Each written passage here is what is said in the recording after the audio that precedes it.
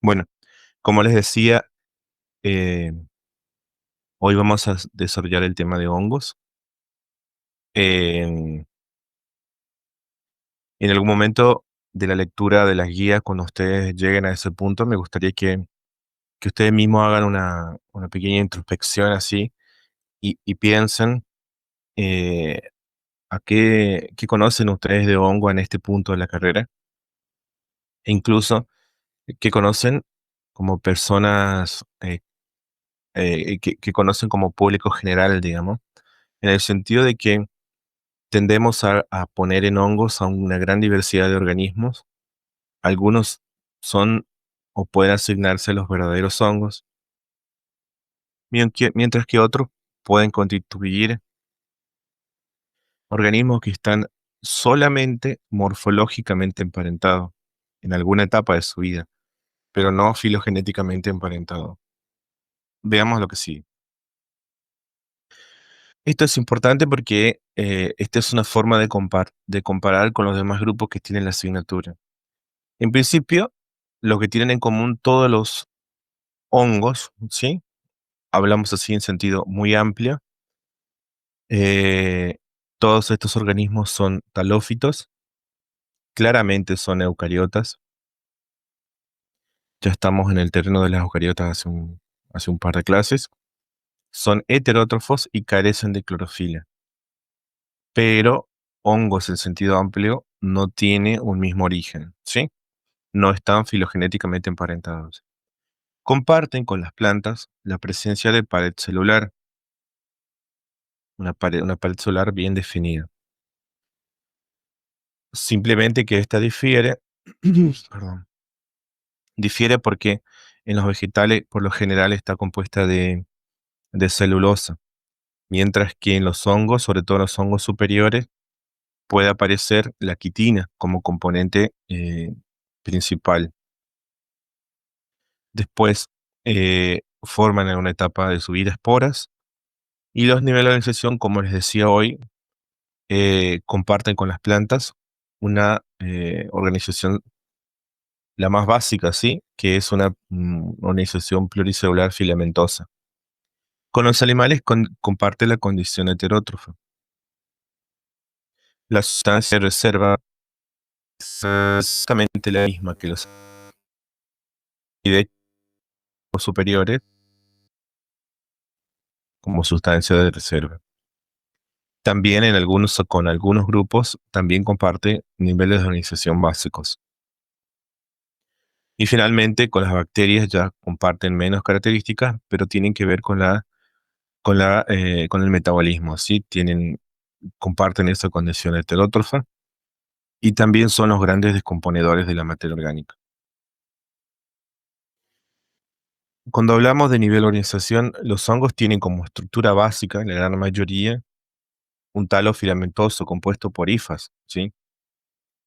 Y ahí es sumamente importante el tipo de hifa. La hifa puede carecer de paredes y ser cenocítica. Puede ser septada, ¿sí? Y cuando es septada puede tener un tabique completo, como en algunos hongos acuáticos o mohos acuáticos. O bien el septo puede tener un poro, ¿sí? Sería hifa septada con poro simple. Y ese permite un pasaje de sustancias e incluso núcleos y organelas del citoplasma.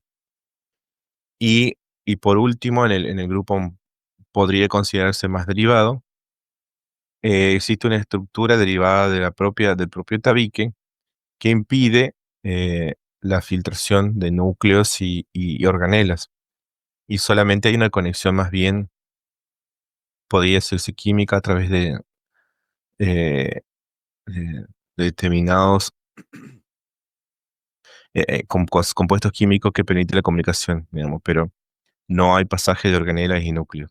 Esa estructura derivada del tabique se denomina dolípolo, ¿sí? Que algunos autores dicen que es como un capuchón de lapicera que cubre el pasaje entre ambos tabiques. Las hifas, tanto cenocíticas como septadas, pueden formar tejidos más o menos diferenciados.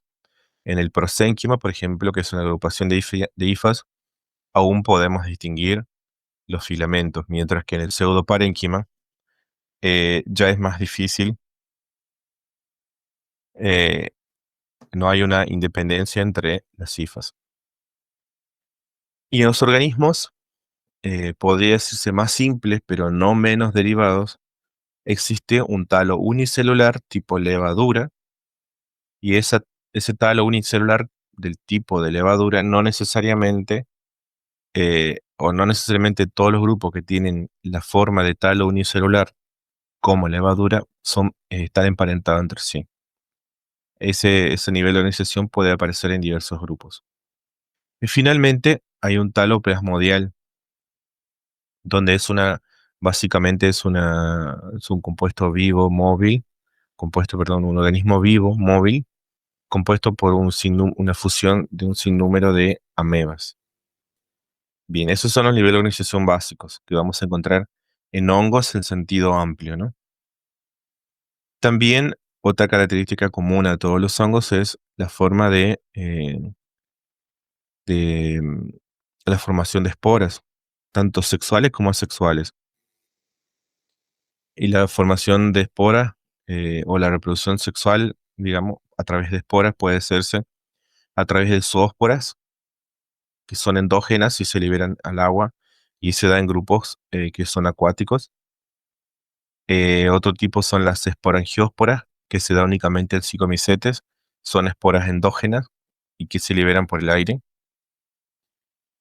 Por otro lado tenemos los conidios, que son característicos principalmente de los ascomicetes, habiendo dos tipos de ellos, son esporas exógenas, ¿no? Y algunos de ellos que, por ejemplo, esto parece que es Penicillium, es el tipo Penicillium de Conidiófora, y después tenemos Aspergillus. Básicamente uno parece una manito con huesitos que liberan esporas asexuales. En algunos casos hay estructuras denominadas clamidosporas, básicamente son fragmentos que se rodean de pared y sirven de resistencia. Eh, un, uno- mm, un tipo de esporas que son por fragmentación. Cada una de esas células se separan en zonas predeterminadas y se denomina artrósporas, justamente porque se articulan entre células, o también oidios. El más básico de todo es la fisión, ¿no? Fisión binaria. Finalmente, también eh, en las formas celulares de tipo levadura se produce la gemación, que es una de las formas de reproducción sexual que conocemos ya desde el comienzo de la carrera.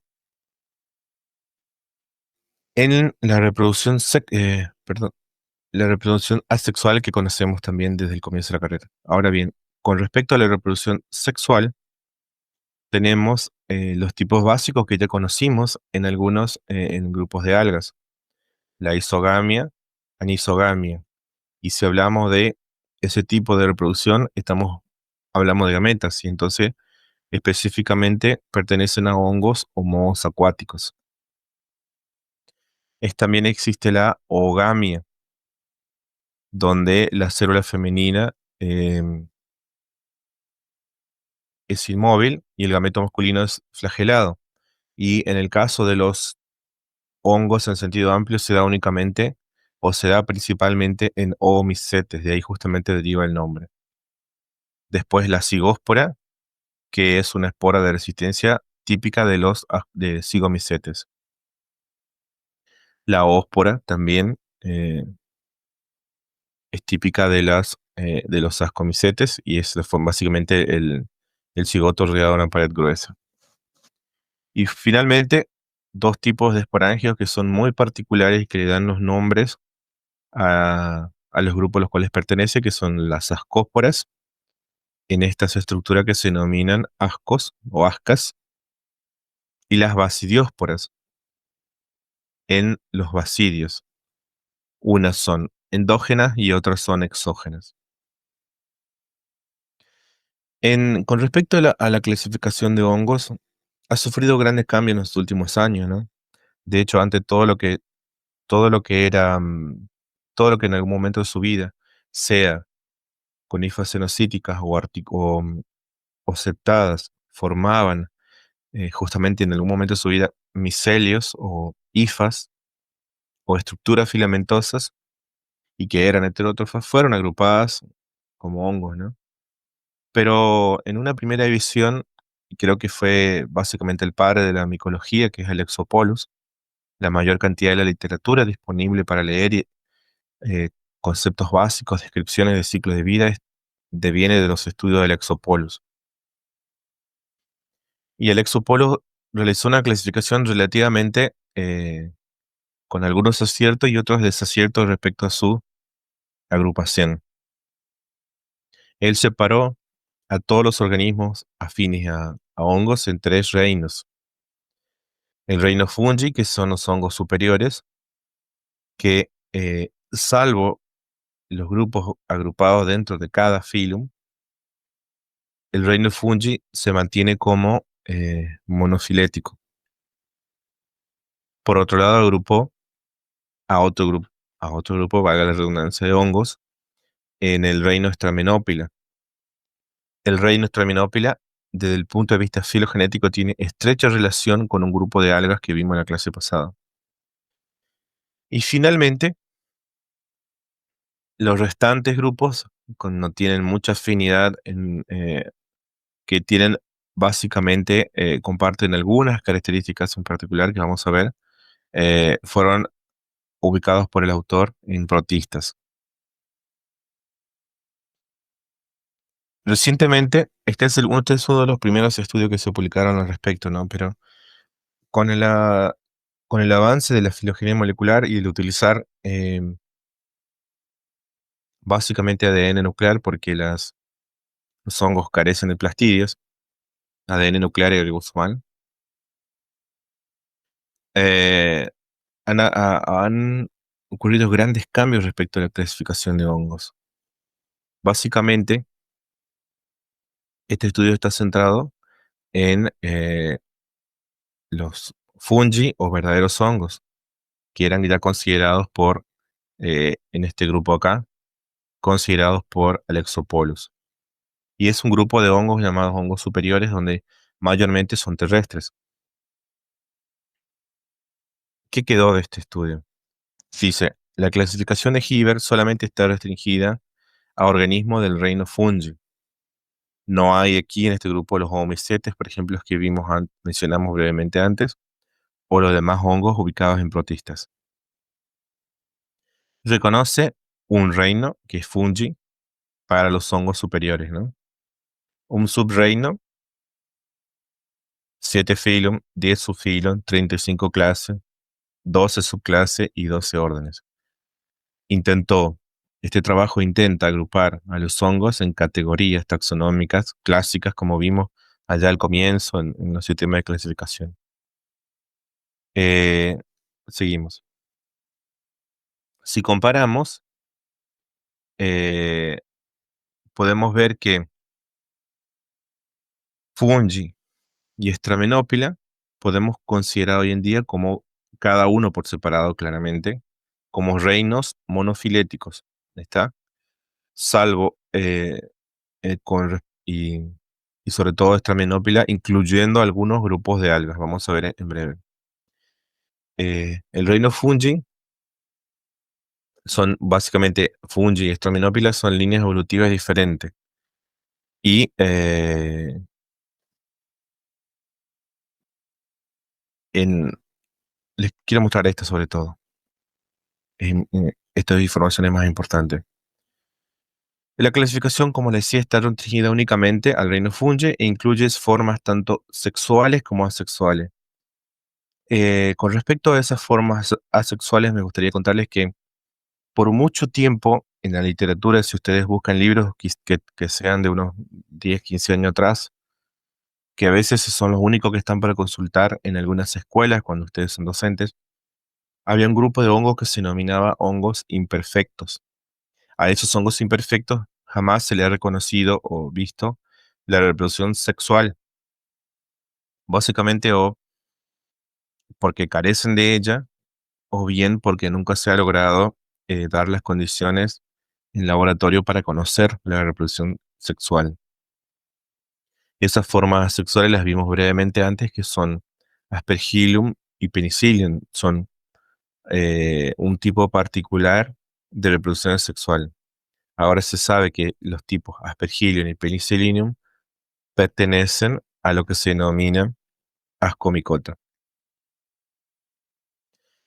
La clasificación acepta solamente un reino, como dijimos antes, bueno, esta clasificación. Ahora bien, ¿cuáles son los hongos más derivados y más conocidos por nosotros de este grupo? Son Basidiomycota y Ascomycota. Básicamente en Basidiomycota están los honguitos de sombrero, agaricales o honguitos comestibles, los hongos de estante, entre otros. Y en Ascomycota está el gran grupo de los líquenes o ascolíquenes. Este grupo es monofilético y es un grupo hermano, ¿sí? Son grupos hermanos y están unidos formando una subdivisión superior que es dicaria, ¿está? Y dicaria implica que en algún momento de su vida eh, tienen células dicarióticas, ¿está? Ahora bien, Chytridiomycota solamente se considera en senso estricto y tiene solamente formas flageladas. Por el contrario, Zygomycota se, se separó en varios grupos, ¿sí? Y entre ellos se encuentran algunos muy importantes desde el punto de vista de la medicina, ¿está? Eh, por ejemplo, el primero, este que se denomina glomeromicota, antes formaba parte de Zygomicota, ¿no? En esta clasificación queda como un, como un filión aparte, y aquí se agrupan aquellos hongos que son micorrízicos y que forman, que son las micorrizas arbusculares, ¿sí? Otro grupo que se separó de cigomicotina son los mucoromicotina.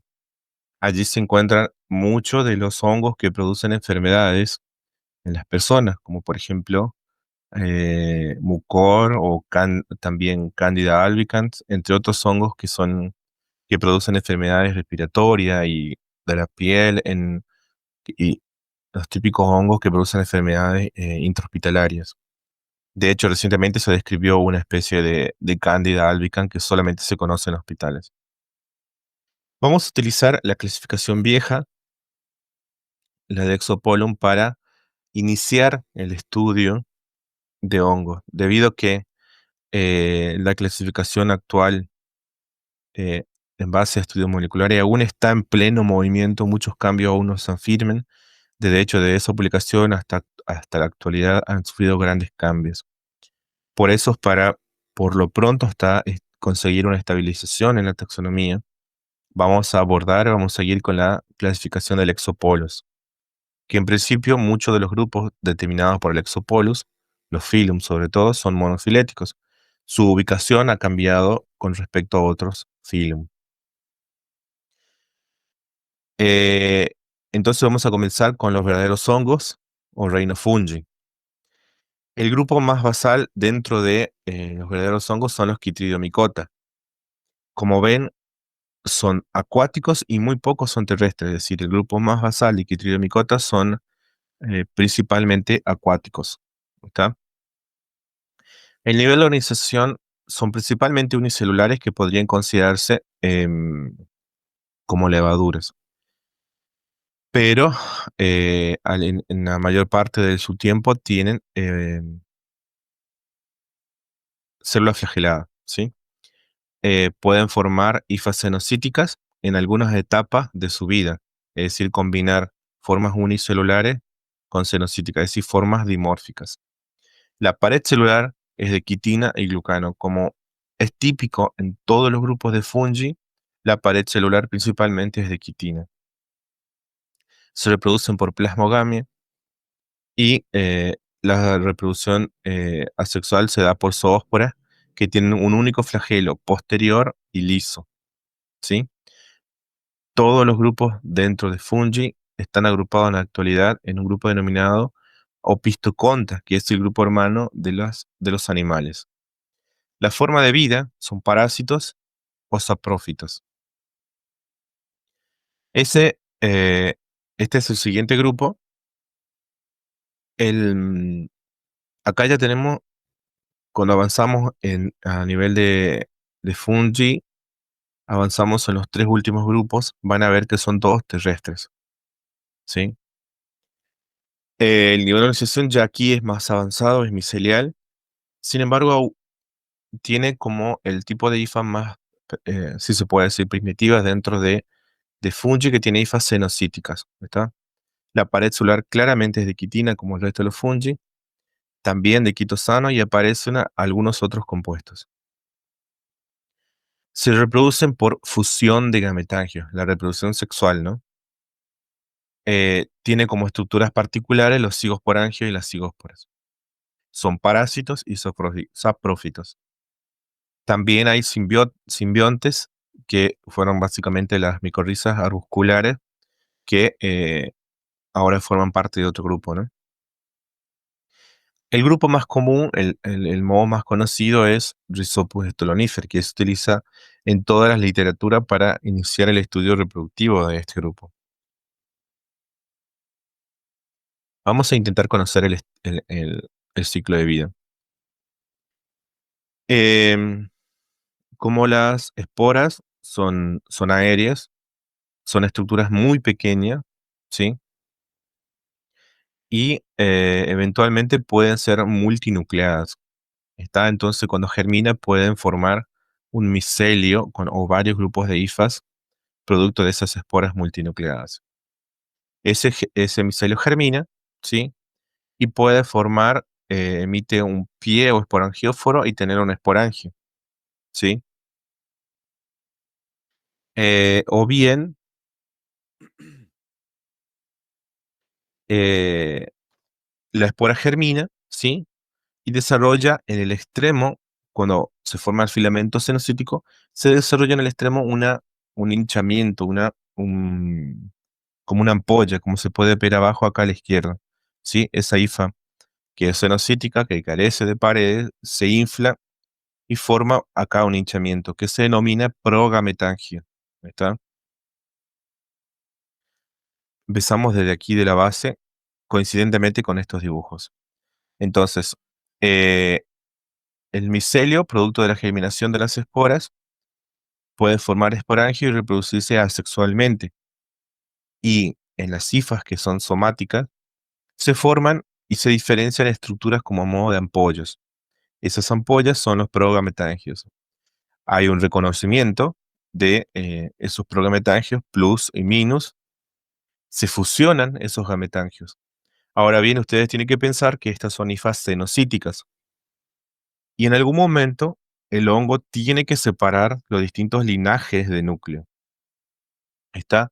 Entonces, en ese momento se produce la formación de tabiques, como se puede ver acá en esta segunda imagen. Entonces, se fusionan, se encuentran, hay un reconocimiento específico. El primer paso es entonces que algunos núcleos migran al extremo de esa pequeña ampolla, que van a ser los núcleos gaméticos, y después de eso se forma un tabique.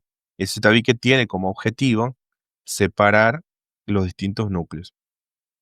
Y allí se forman los gametangios, una vez que se forman los tabiques. Entonces, las ampollas esas en los extremos, esos hinchamientos son progametangios. Cuando se produce la diferenciación de los núcleos gaméticos de los somáticos, se forman los tabiques y se forman gametangios. Posteriormente hay una fusión de gametangios, ¿está? Y ambos gametangios se disuelven en sus paredes y los núcleos gaméticos, que son N, ¿sí? N, son núcleos gaméticos que son haploides.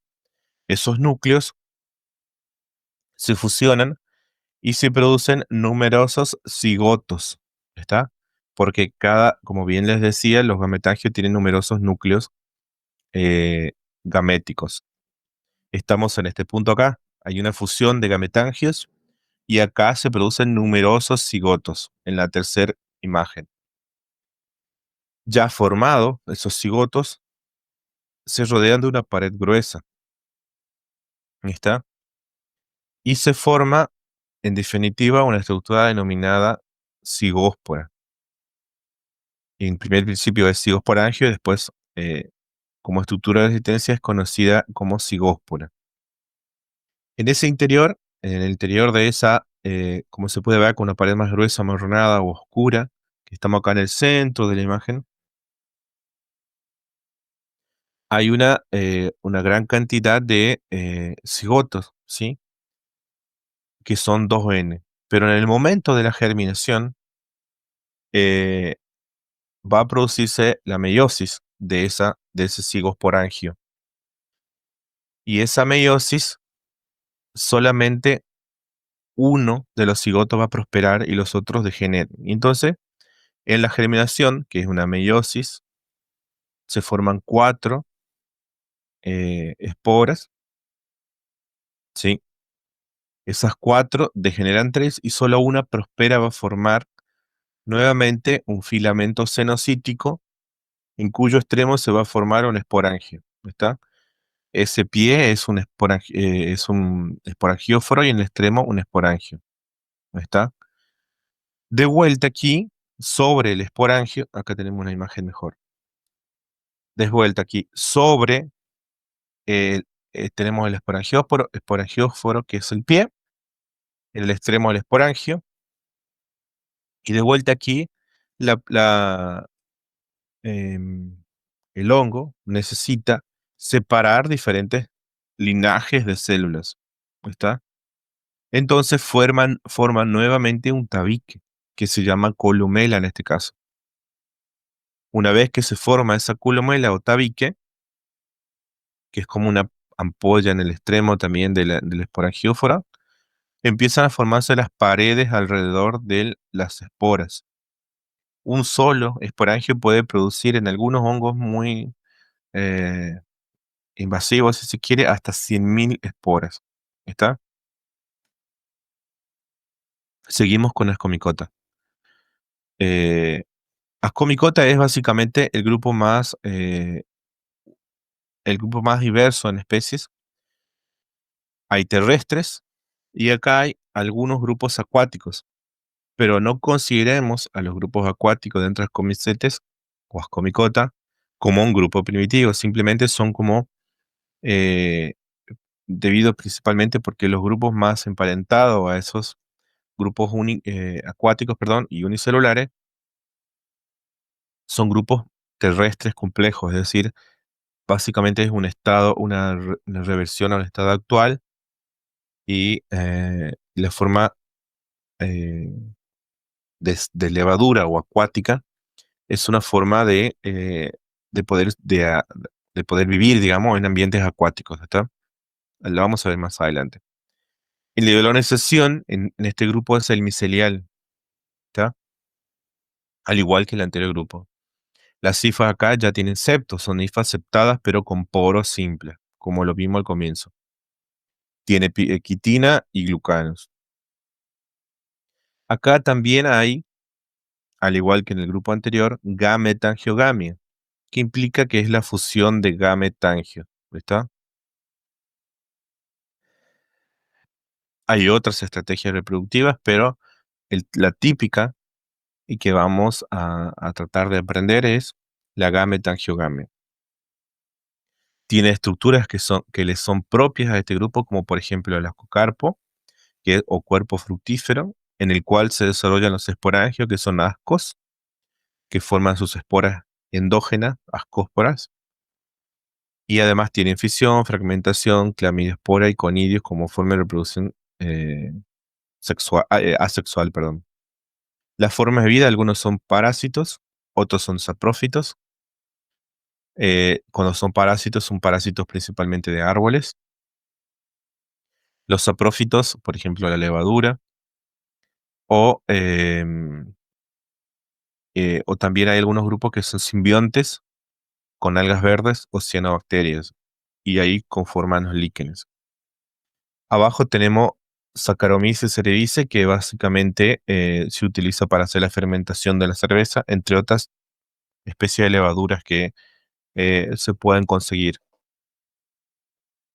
Penicillium, que es una de las formas asexuales, que algunos hablan de una estructura como huesuda o como pequeños huesitos, que al estrangularse en los extremos liberan esporas, ¿está? Que también son del tipo asexual. Son hifas conidióforas y liberan conidios como forma asexual de reproducción. El cuerpo fructífero que les hablaba hoy es está constituido por hifas reproductivas monocarióticas y dicarióticas. Vamos a ver más adelante cuáles son cada una. Eh,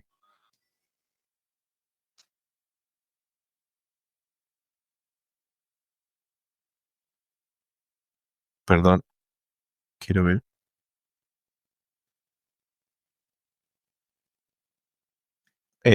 Pensé que eran de comunicación de ustedes. Seguimos entonces. Se forman eh, los ascocarpos, que son o también denominados cuerpos fructíferos. Hay de tres tipos básicos. El cleistotecio está completamente rodeado por el himenio. Sí, no necesariamente tiene una estructura esférica, pero por lo general sí. Y en su interior está tapizado de los ascos, que son las estructuras o los esporangios. Las estructuras reproductivas típicas o esporangios. Existe otro que es el peritecio, que se comunica al exterior por un ostiolo y también está tapizado por ascos en su interior. Y el más común, el más am- eh, ampliamente observado en campo, es aquel que denominamos apotecio, que tiene en forma de copa, ¿sí? Y ahí está tapizado por el himenio, que es básicamente el agrupamiento de células de hifas reproductivas. Los peritecios se ven como pequeñas esferas entre las hifas, ¿sí? Los apotecios se ven como estas pequeñas botellitas comunicadas al exterior por los peritecios, los cleistotecios peritecios, perdón, se ven como estas pequeñas botellitas comunicadas al exterior por un pequeño cuello, que es básicamente un ostiolo. Y por último, el apotecio que tiene esta forma de copa, está compuesto también por hifas monocarióticas y dicarióticas, le decían, los tres tipos, y tiene acá un tejido, un pseudotejido bien diferenciado, bien compacto, que se denomina himenio. Himenio son las hifas fértiles, y el conjunto de hifas son micelios, pero el conjunto de hifas fértiles se denomina himenio. Este es el ciclo de vida de un ascomicete típico, ¿sí? El más común, que podría ser incluso el que estaba en la imagen. Está basado en un apotecio. Como ven, este es un corte longitudinal de esa estructura reproductiva. Empecemos acá por el comienzo. En el uno tenemos dos micelios, ¿está? Que se producen por la germinación de esporas, de esporas que llegan también por el aire, claramente, porque son terrestres. Ese micelio em, se reproduce mitóticamente, es decir, forma una generación. Ese micelio puede, a su vez, reproducirse asexualmente, ¿está? Formando a través de conidios. Y las hifas que llevan esos conidios son hifas conidióforas. ¿Está? Ahora bien, amén de que el micelio primario o esta generación que se produce a partir de la germinación de una espora haploide, este micelio también puede formar gametangios. Y los gametangios se denominan ascogonio, ¿sí? Al gametangio femenino y anteridio al gametangio masculino. En su interior hay núcleos gaméticos, es decir, son gametas que carecen de flagelos, ¿está? Y esos núcleos gaméticos tienen que llegar de un lugar a otro. Y tal como ocurre en las algas rojas que vimos hace una semana, cuando hay núcleos que son, cuando hay gametas que son inmóviles, hay una estructura alternativa o complementaria, sería lo correcto, para ir en búsqueda del gameto masculino. Entonces, en esta pequeña ampolla, que es el anteridio, hay gametos o núcleos gaméticos masculinos y acá hay núcleos gaméticos femeninos. El ascogonio va a emitir una pequeña prolongación que es la tricógina, que va a ir en búsqueda, ¿sí?, del anteridio. Esa tricógina es una estructura análoga a las algas rojas, porque este grupo no está emparentado a las algas rojas. Entonces, se forma esa tricógina, que es un puente para conectar entre gametangios, y a través de ese tricógeno se produce una fusión de gametangios. De vuelta hay acá gametangiogamia. Se producen lo que básicamente es plasmogamia, es decir, fusión de, del citoplasma, pero no de los núcleos, ¿sí? Y entonces la estructura queda conformada por núcleos, un núcleo plus y otro minus, o un núcleo masculino y femenino, si se quiere. Em, y empieza una división mitótica de esos núcleos, ¿está?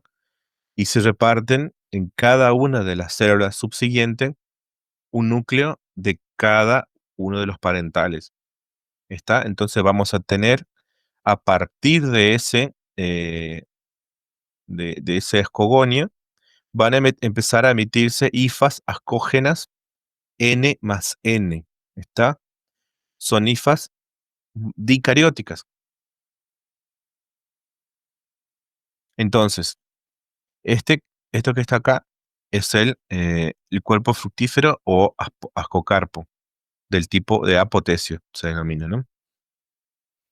El ascogonio que está citado está acá en el frente, ¿está?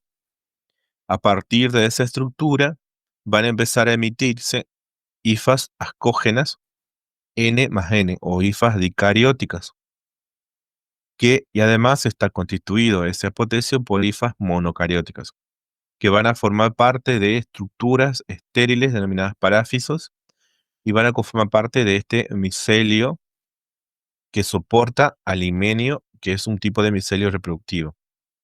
Entonces, eh, van a emitirse numerosas hifas dicarióticas N más N.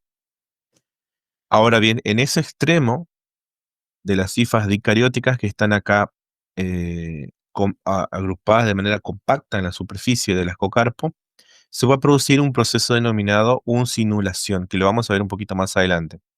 Y eso implica que el extremo va a formar un gancho y va a producirse allí una nueva división celular y tiene como objeto formar el futuro asco, ¿sí?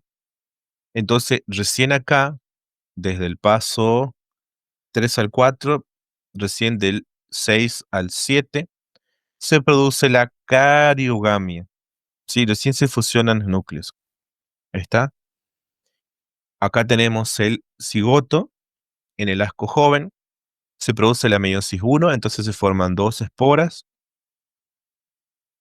la meiosis 2 y se forman cuatro ascósporas, y finalmente en la mayoría de los ascomicetes se produce una mitosis.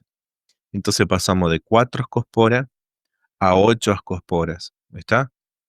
Esas ascosporas se rodean de pared y están listas para ser liberadas. Son de desarrollo endógeno, a diferencia del grupo que vamos a ver a continuación. Este es el proceso de uncinolación. Es básicamente en el extremo de esas hifas dicarióticas, N más N, se produce también un abultamiento y se empieza a formar como un gancho, ¿está? Como ven, se produce mitosis de los núcleos, una división mitótica de los núcleos. Los usos mitóticos se disponen prácticamente de manera perpendicular entre sí y entre ellos se va a formar un tabique. En el medio se forma un tabique y ese extremo, que es que tenemos acá una célula basal, una célula apical y una célula del medio, en esa célula del medio se va a llenar de sustancia reserva y va a empezar a crecer, ¿sí? En esa estructura se produce la cariogamia. Después tenemos una meiosis 2, una meiosis, producto de 4 esporas, una mitosis para producir ochos y finalmente se rodean de pared. Ese es un proceso relativamente complejo, pero es la forma en la cual se produce la formación del asco. ¿Está? Ahora bien, solamente a modo comparativo. Este es el ciclo de vida de una levadura, puede ser la levadura de la cerveza. Ahora bien, la levadura tiene una fase vegetativa diploide y una fase vegetativa haploide. ¿Qué implica eso? Que tanto en la fase vegetativa diploide como en la haploide se produce reproducción asexual o formación de nuevas células a través de la gemación. ¿Está? Ahora bien, en algún momento del ciclo de la vida, su ciclo de vida, la cepa se denomina cepa haploide justamente a la fase vegetativa haploide. En algún momento del ciclo de vida de la cepa o del linaje haploide, eh, esas células, que ya son N, ¿sí? Que son haploides, van a fusionarse y formar un cigoto. Ese cigoto también va a formar, eh, a través de la gemación, un nuevo linaje o fase vegetativa o cepa diploide, ¿no? Fase vegetativa diploide que va a formar una cepa diploide. Es decir, tanto en la fase diploide como haploide como en la diploide tenemos gemación. Ahora bien, estas cepas diploide sabemos nosotros que no es la condición habitual vegetativa de la levadura. Se hace al solo fin de la reproducción sexual y se produce por lo general cuando hay escasez de nutriente en el suelo, en el medio donde vive, en el agua, perdón, ¿no? Entonces esa célula crece de tamaño, se llena de sustancia reserva y ese cigoto tiene que restaurar la condición haploide de la levadura. Entonces se produce una meiosis y forma un asco con 4 ascosporas, ¿está? El asco joven todavía no tiene formados los núcleos, y mientras que el asco maduro tiene formadas las paredes celulares, ¿está? Ahora bien, por lo común, el asco en levadura tiene 4 ascosporas, a diferencia del ciclo de vida típico de una ascomicete que vimos antes. Con lo cual, no estoy diciendo que todas las levaduras tengan 4 ascosporas, es decir, simplemente es un ciclo el más común, pero también hay levaduras que forman 8 ascosporas.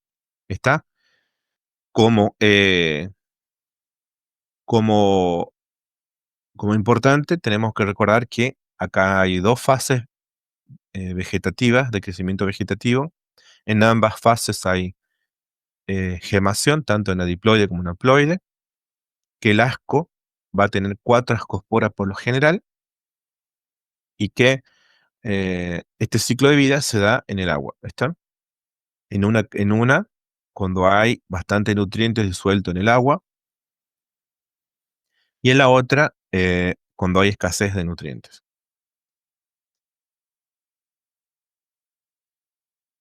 Los acomicetes tienen una gran diversidad de especies, son los más diversos, decíamos, y por lo general podemos reconocerlos fácilmente cuando forman estructura en forma de plato, alguna vez en más forma de copa, que es el ascocarpo, ¿está?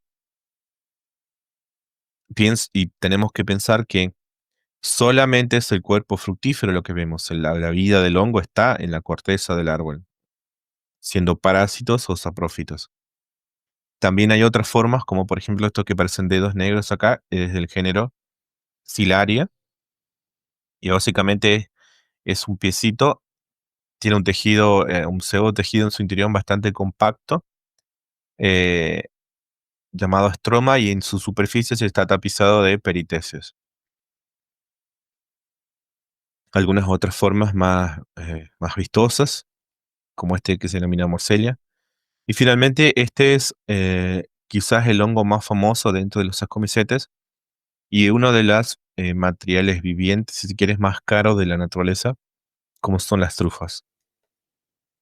Actualmente ya se cultivan en Argentina y no sé si han visto alguna vez, pero son esos videos de donde se ven utilizan para encontrar trufa a los cerdos que tienen incluso mejor olfato que los perros para este tipo de estructuras. Finalmente, este es el último grupo que vamos a ver en esta primera mitad de la clase, que son los basidiomicotas. Los basidiomicotas son grupos que es el grupo más derivado de hongos. También es un grupo muy diverso. Eh, Son organismos terrestres con algunos muy pocos que forman levaduras. ¿No está? El nivel de organización es micelial, en la gran mayoría de los casos, a excepción de algunas levaduras, le decía, y tienen hifas septadas con dolíporos, que es el primero que describimos ya. Acá en este grupo únicamente hay quitina, formando parte de la pared celular. Se reproduce principalmente por somatogamia, es decir, fusión de filamentos del cuerpo del honguito, ¿no? La reproducción sexual es por artrópoda, es decir, fragmentos predeterminados de ese micelio. Tiene como estructuras típicas el basidiocarpo, que es lo que vemos en estas imágenes acá abajo, es el cuerpo fructífero, el basidio, que es del tipo de esporangio, y la basidióspora, que es exógena. Son parásitos, en algunos casos, y la gran mayoría saprófitos. Parásitos sobre todo de madera, ¿no?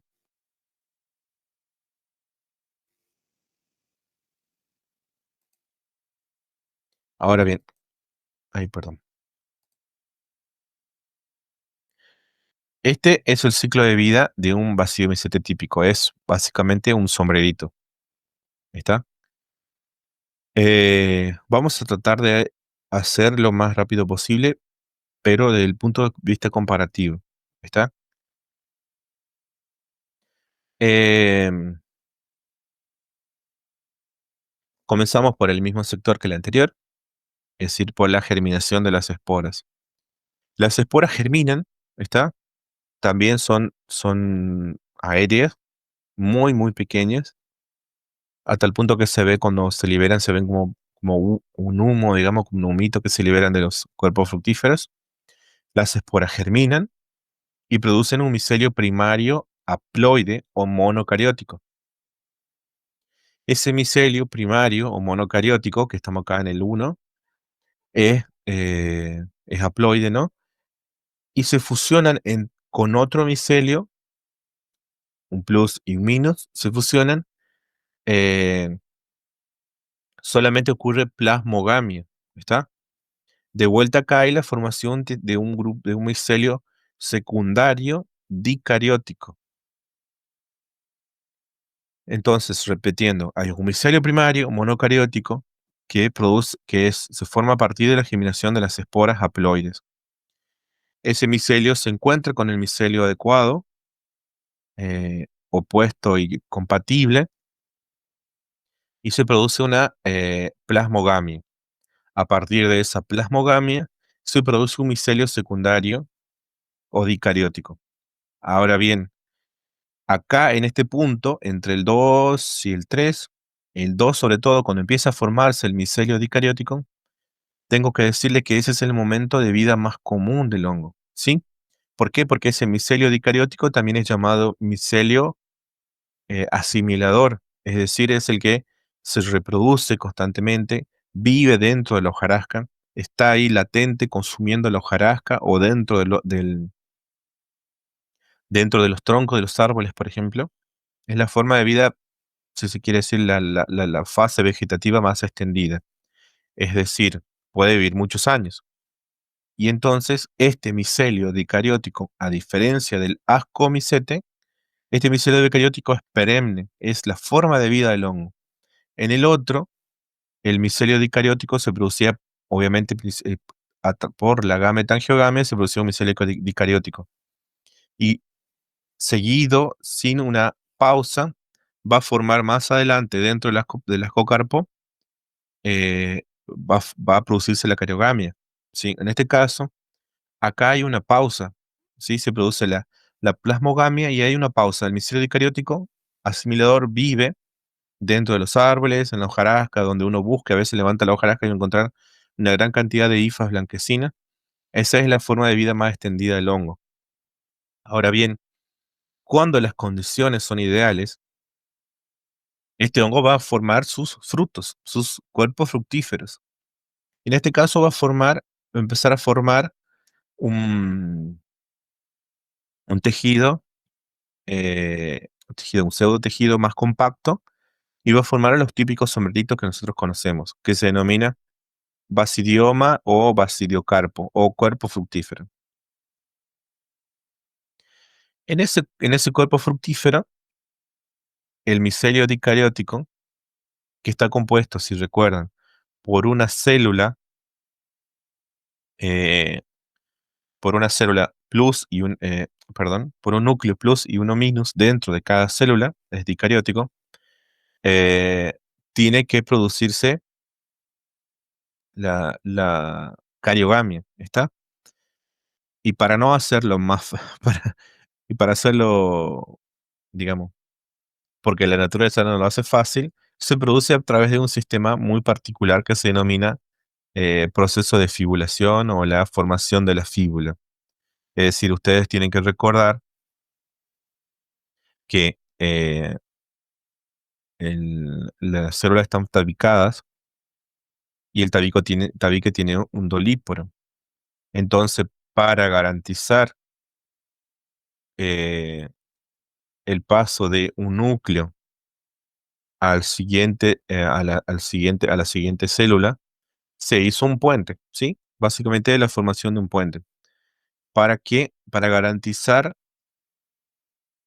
que la cariogamia se realice a través de un núcleo plus y uno minus. ¿Está? Entonces, si uno corta un pedacito de un sombrerito y empieza a buscar, es muy probable que el micelio que está conformando el sombrerito sea micelio dicariótico, fibulado. ¿Está? Entonces tenemos un micelio primario monocariótico, un micelio secundario dicariótico, que es la fase asimiladora, y un tercer micelio o micelio terciario, que puede ubicarse acá en el sombrerito, que aún es dicariótico, pero además tiene la formación de la fíbula para ese pasaje de un núcleo a la siguiente célula. ¿Está? Entonces algunos autores consideran que un basidio micete puede llegar a tener hasta 3 generaciones reproductivas y fisiológicamente diferentes. ¿Está? Eso ya es una cuestión de concepción al respecto. Finalmente, entonces, se produce la fíbula y en el extremo, bien, en el extremo de cada una de las hifas fibuladas, ahí se produce el ensanchamiento y se produce la formación del cigoto. Recién ocurre la cariogamia, siendo que la plasmogamia ocurrió muy, muy al comienzo, ya cuando se conocieron las hifas. Entonces se produce cariogamia, meiosis 2, meiosis 1, meiosis 2, y se producen 4 núcleos. En el extremo de esa hifa engordadita se forman unos pequeños abultamientos, como unas pequeñas vaginaciones, al lugar donde van, y ese lugar donde van a ir las futuras esporas, los núcleos de las futuras esporas. Esa estructura más engordada del extremo es el basidio. Estos basidios tienen 4 esporas exógenas. La forma de basidio acá que ustedes están viendo no es la forma, no es una forma más común entre todos los basidios, pero es la forma que se utiliza para estudiar a los basidiomicetes. Entonces ahí se produce como un estrangulamiento y se liberan las esporas. Algunos autores denominan a ese punto, al lugar donde se rompe y se liberan las esporas, se llaman esterigmas. Y finalmente, esas esporas, que son muy, muy pequeñas, se liberan, van al medio y tienen que germinar y renueva el ciclo. Vamos a ver el proceso de insinulación. Básicamente, en el extremo de la hifa, se empieza a formar una,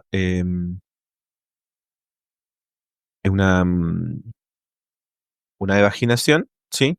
A ese punto migra el núcleo, uno de los núcleos, se produce la formación de los submitéticos, se produce la división nuclear, se forman las paredes nuevamente y producto de ese proceso, como resultado final, tenemos un núcleo A y B en cada una de las células.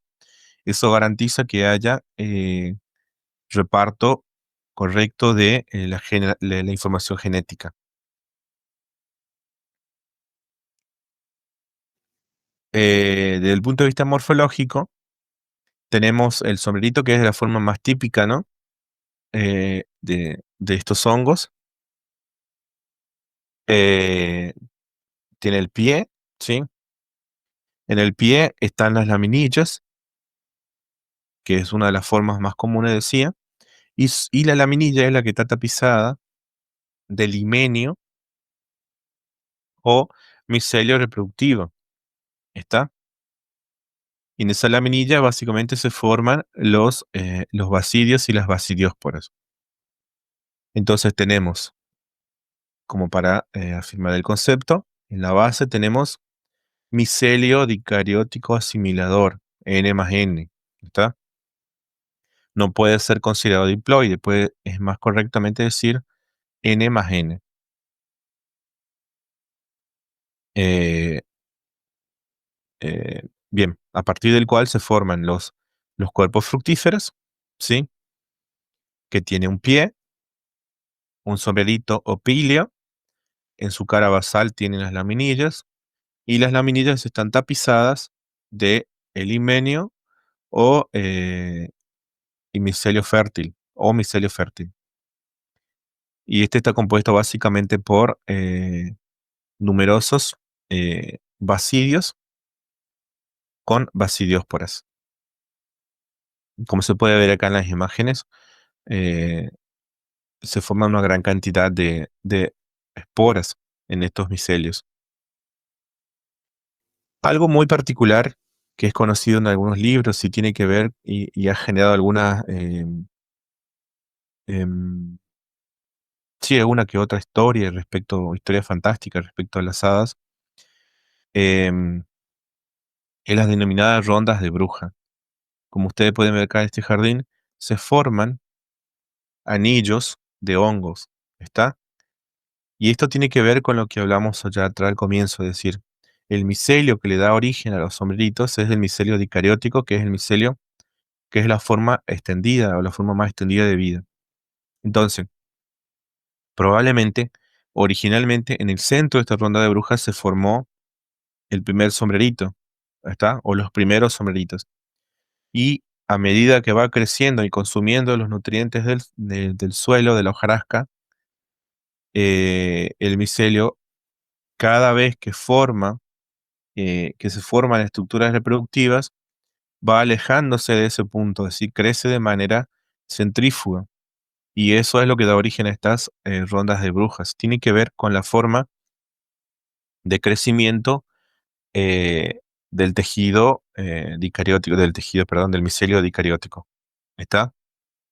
Es muy común en algunos parques, en algunos jardines o jardines botánicos, en muchos lugares de Europa que tuve la posibilidad de visitar, es que uno va caminando por un pastizal o por un prado, por un césped, y encuentra carteles que indican eh, que aquí nacerá en algún momento, cuando llueva, cuando estén dadas las condiciones, se va a poder observar una ronda de brujas. ¿está? O anillos de hada.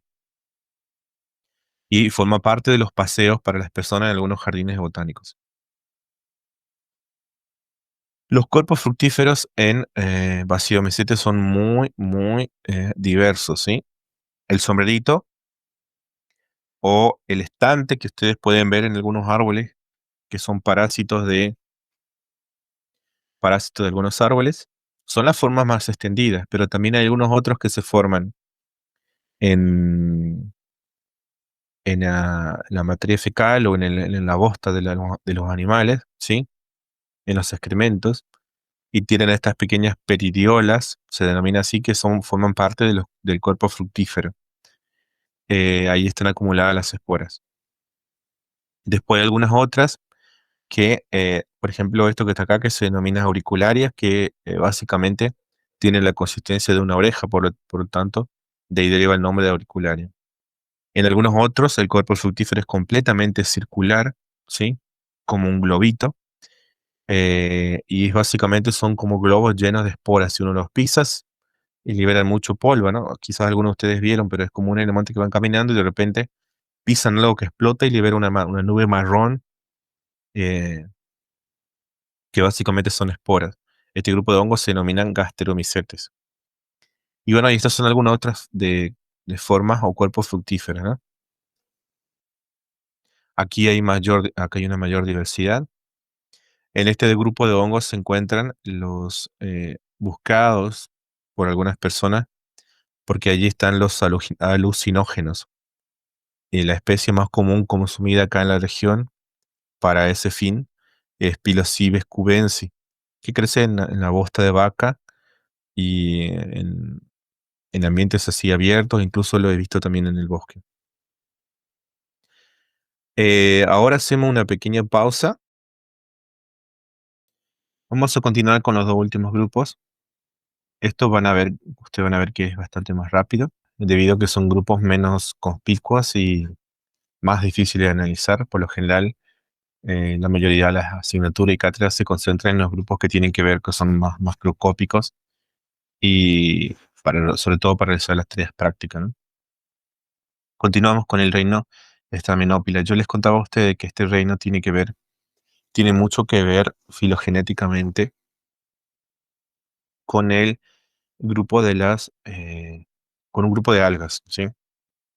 Este grupo, el reino Stamenophyla, y los tres phylum del reino Stamenophyla, que son Oomycota, Hyphocytiomycota y Labyrinthulomycota, están cercanamente emparentados a lo que ustedes vieron la semana pasada en esa clasificación de Cavalier-Smith, bastante más antigua que esta que estamos viendo de Alexopoulos.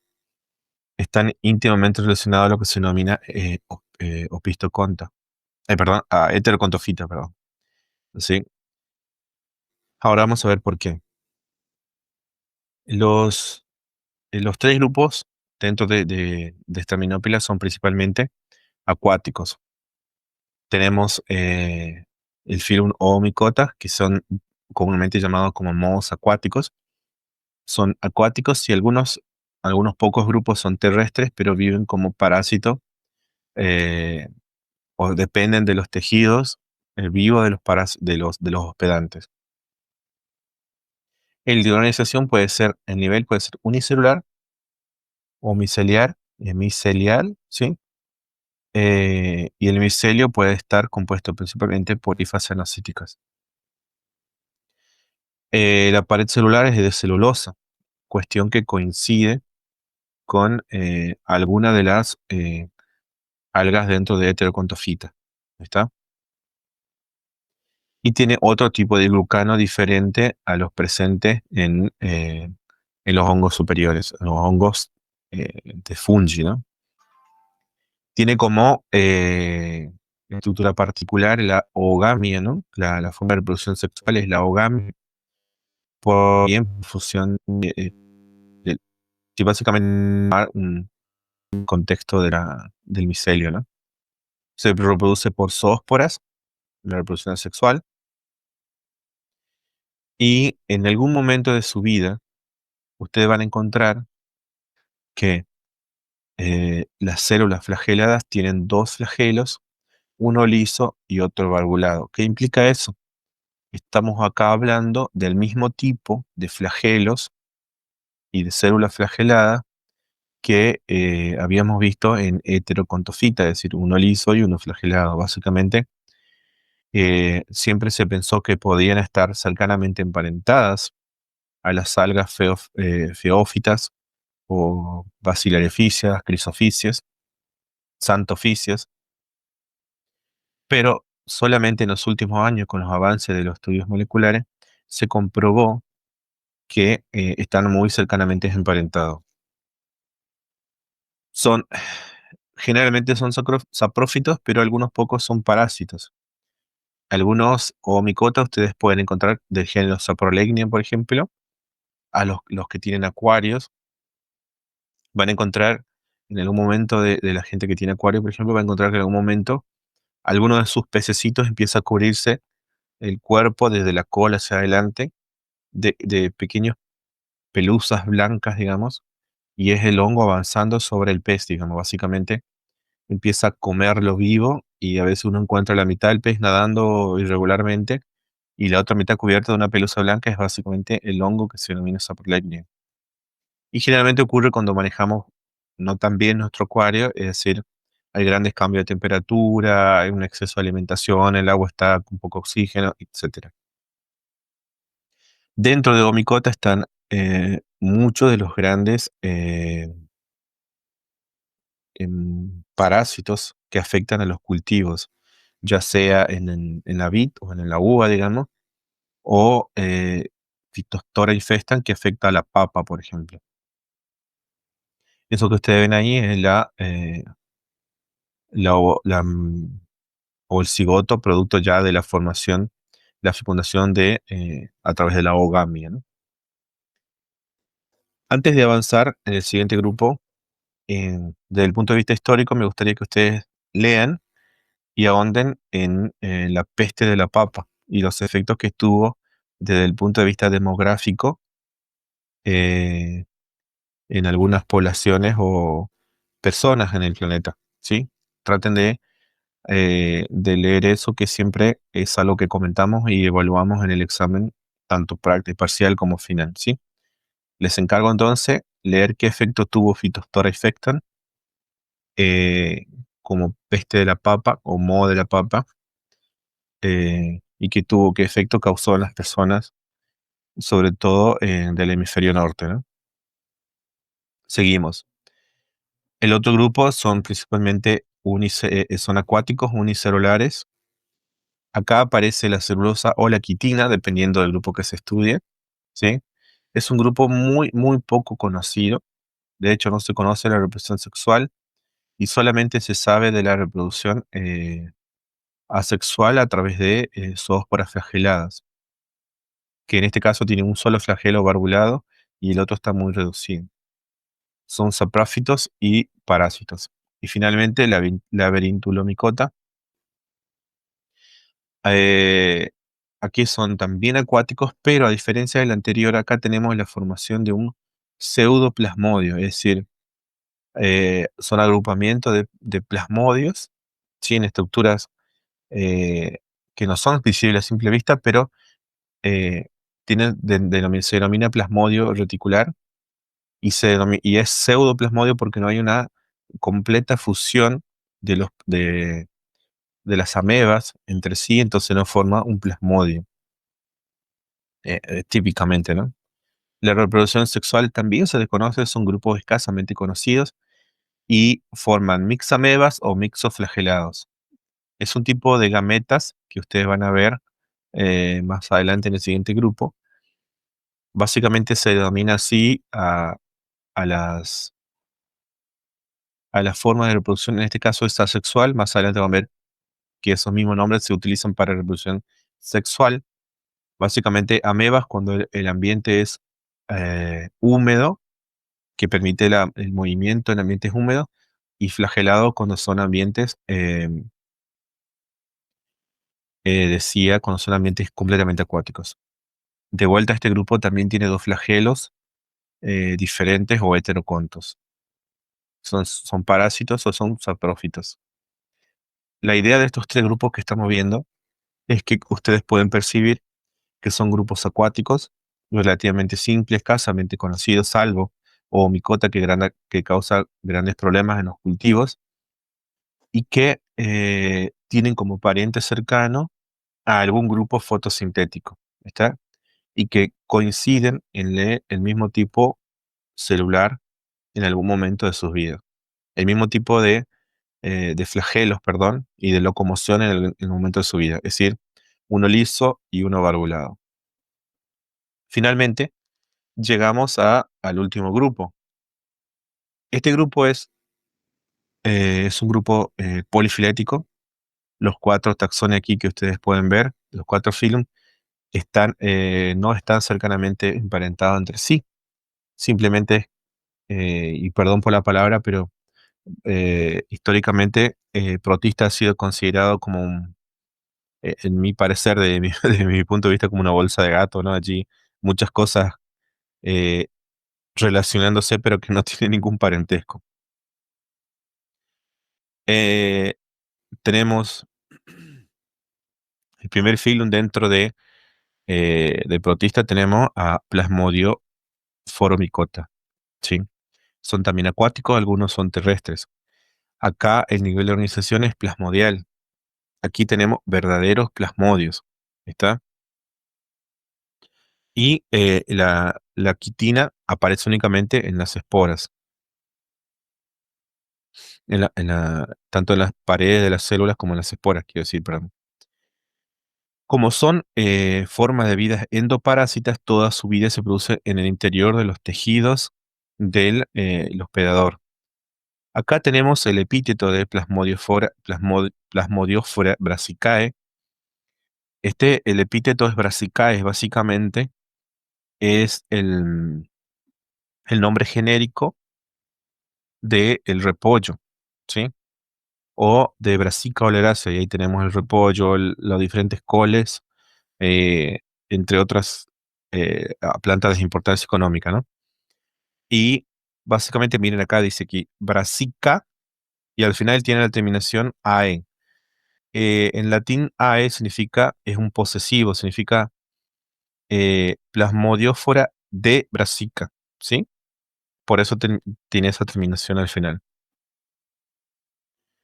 Otro grupo, pero que no son parásitos y que son formas terrestres, pero de lugares muy húmedos. Básicamente el talo es unicelular, ¿sí?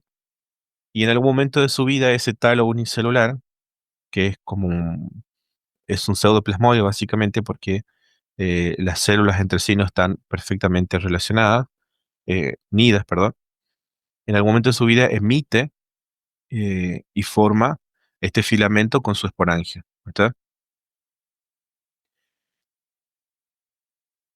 Uno de los últimos grupos es Acrasiomycota, también son terrestres.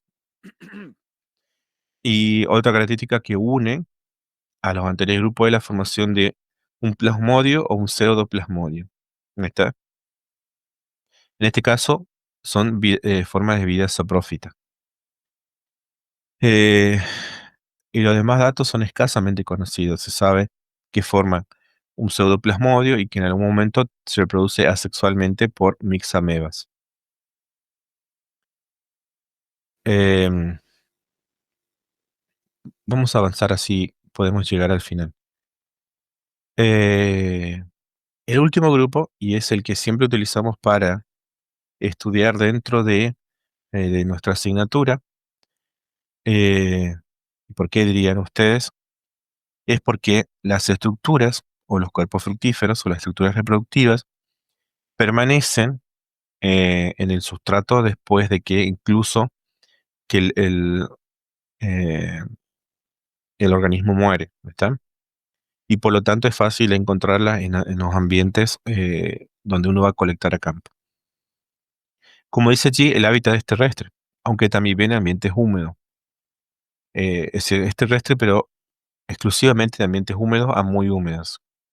El nivel de organización es plasmodial, es típicamente plasmodial. Es el ejemplo dentro de eh, como más común que forman los plasmodios y es básicamente el más conocido y el que ha trascendido y aparece en algunos diarios y periódicos a veces, porque hablan de una ameba gigante que puede caminar y puede moverse eh, y puede ser vista a simple vista.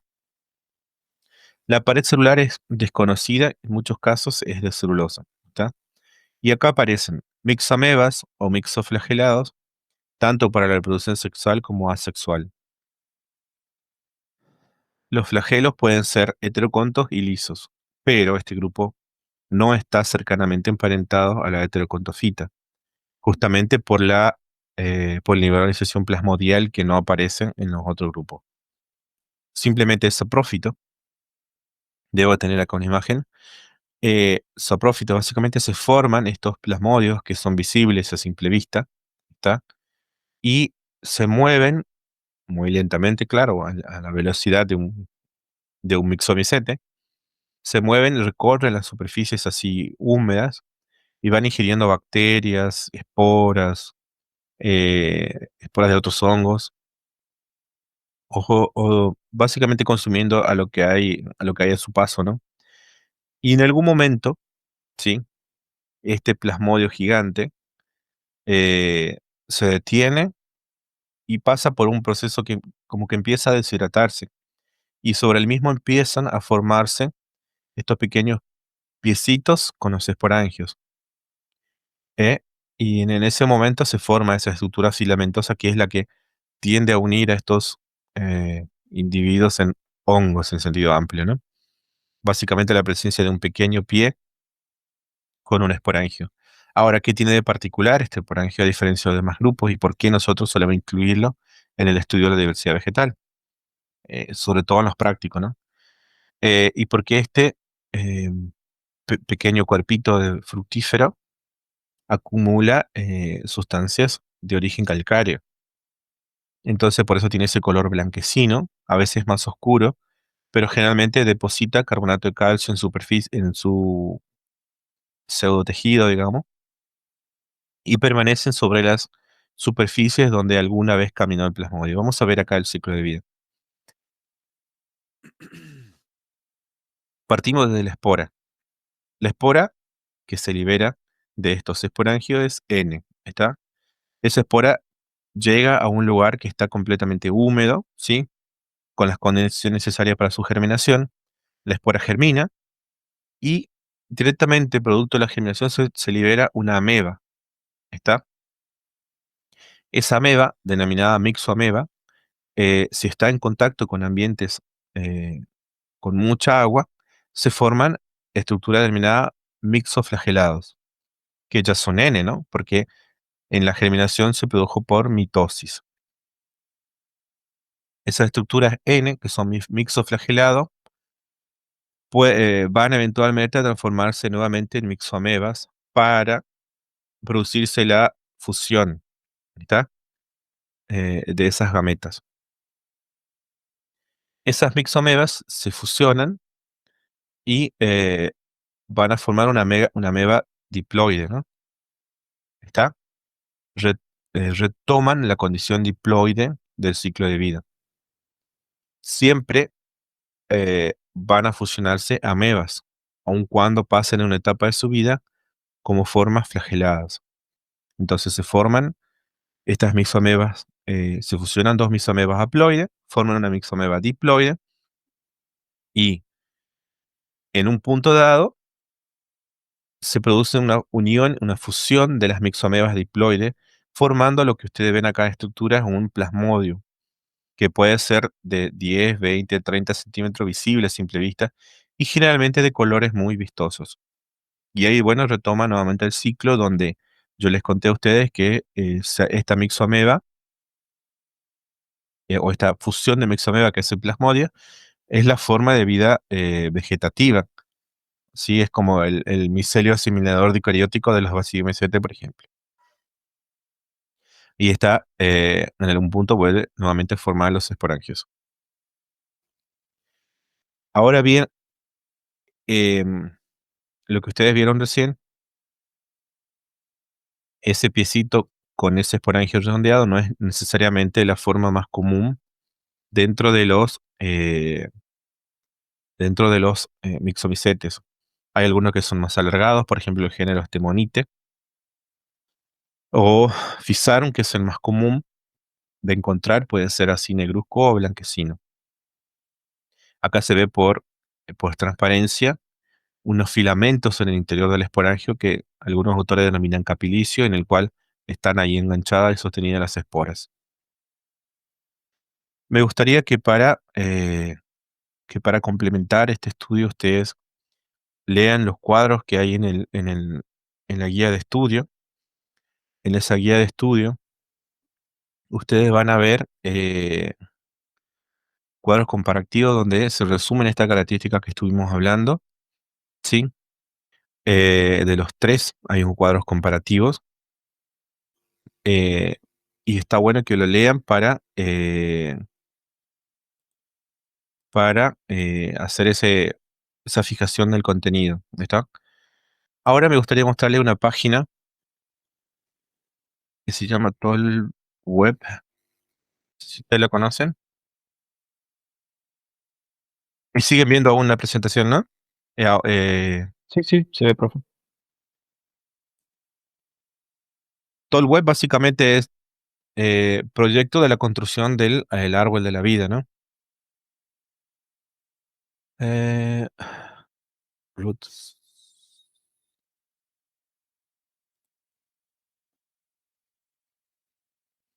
Básicamente, Toll Web, la idea de Toll Web es presentar toda la información que hay disponible. No solo describen morfología, reproducción, entre otros caracteres, está en inglés la página, pero también el principal objetivo es básicamente ver las relaciones entre los organismos, grado de parentesco acá. Si partimos de lo que vimos, ¿se logran ver ahí qué dice o no? Dice eubacteria, eucariotas y arquea, básicamente los tres grandes dominios que vimos hasta ahora. Entonces seguimos por eucariota,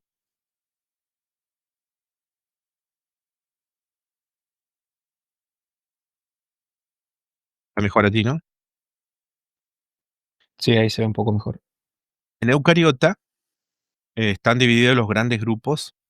Acá está básicamente todos los organismos eucariota y ahí sus relaciones de parentesco, ¿no? Hasta ahora vimos lo que se denominan arqueoplastidia, ¿está? Y ahí estaban las plantas verdes y básicamente en este grupo están las algas verdes, algunos grupos de algas que antes estaban sin parentesco cercano y las plantas terrestres. Y ese es grupo hermano de las rodófitas, que son las algas rojas, ¿está? Y comparten, junto con Glaucófita, que de este no hay demasiada información, comparten con Glaucófita la presencia de cloroplastos con doble membrana.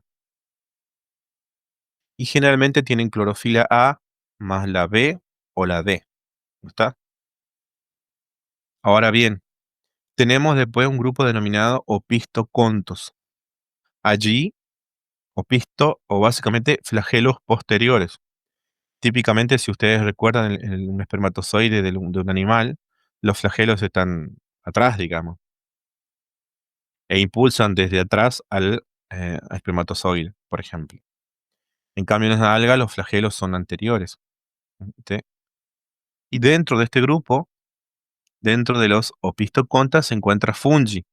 Ahí tenemos, habla de mushroom o los honguitos de sombrero, los hongos en saco, la levadura, eh, entre otros grupos. Y de vuelta volvemos a tener hongos en sentido amplio, acá cuando habla de estraminópiles, ¿sí? Cuando habla de estraminópiles, ahí tenemos a las diatomeas, a las algas marrones, dice acá, o algas pardas, a las crisófitas, pero también tenemos a los mohos acuáticos, ¿sí?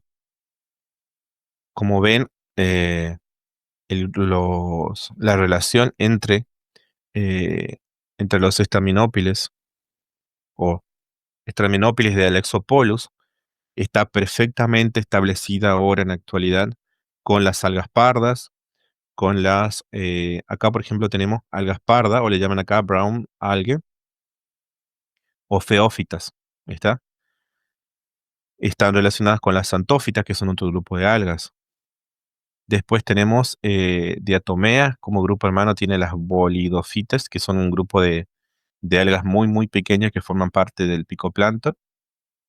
Después tenemos las crisófitas, que son algas de agua dulce que vimos la semana pasada. Acá tenemos a los oomicetes, que esta página no tiene especial desarrollo respecto a los hongos.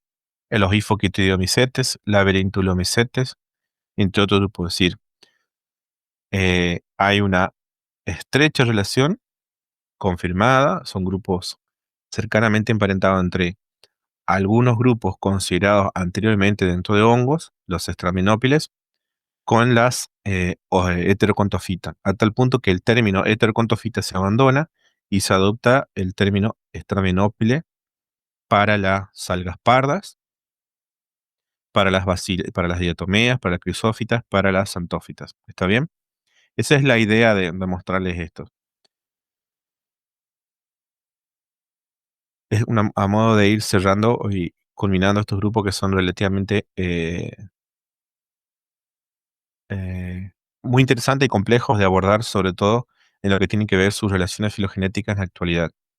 De vuelta, si revisamos, teníamos algas acá en las algas verdes, en las plantas verdes, tenemos allí algas verdes, tenemos las rodófitas, las glaucófitas. De vuelta, si buscamos, volvemos a tener algas en estraminópiles y después en euglenozoa. Y allí tenemos a la euglena, por ejemplo, que tiene como grupo hermanos a los trypanosoma, ¿no? Que, son parásitos nuestros. Bien, ¿alguna duda respecto a esto,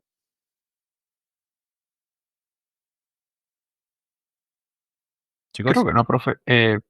Me imagino que más adelante van a empezar a surgir más dudas conforme nos acerquemos al segundo parcial.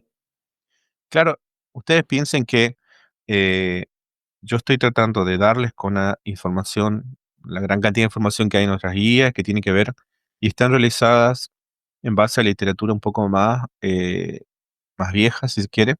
¿Por qué? Porque las literaturas más nuevas, más recientes, no vuelven a describir lo que ya está descrito. Por ejemplo, la Exopolo hizo una gran tarea y otros autores de descripción de ciclos de vida, de morfología, de terminología.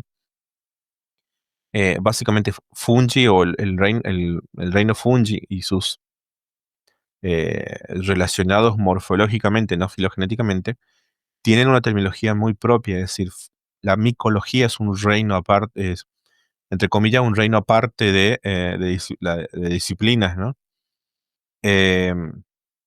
Lo mismo la ficología, pero hay un punto en que la ficología y la micología ahora se mezclaron, ¿no? Y un grupo de algas están muy relacionadas con un grupo de antes considerados hongos. Con lo que quiero decir es que estos son reinos, grupos taxonómicamente muy complejos, cuyo estudio de parentesco entre sí están en pleno movimiento en la actualidad. La mayoría son meras hipótesis de relación que aún no están perfectamente confirmadas. Y entonces, a medida que avancemos, vamos a ir retomando algunas características, ¿sí? Vamos a repasar nuevamente para el segundo parcial, como dijiste, y ahora nos desviamos un poquito, si se quieren, de la línea verde, ¿no? Porque veníamos en las algas, pasamos por los diferentes grupos como los terminópiles o heterocontofita. Después vimos las líneas rojas, las líneas verde, perdón, junto con las rodófitas y la glaucófita. Salimos un poco de ahí, nos fuimos a los estraminópiles, a fungi, y ahora en la siguiente clase volvemos de nuevo al green plant o línea verde, y que ahí están, de nuevo, en ese lugar ocurrió uno de los grandes eventos de la naturaleza, que es el pasaje del ambiente acuático al ambiente terrestre. Por eso, nuevamente, vamos a de vuelta, vamos a consultar esta información, vamos a charlar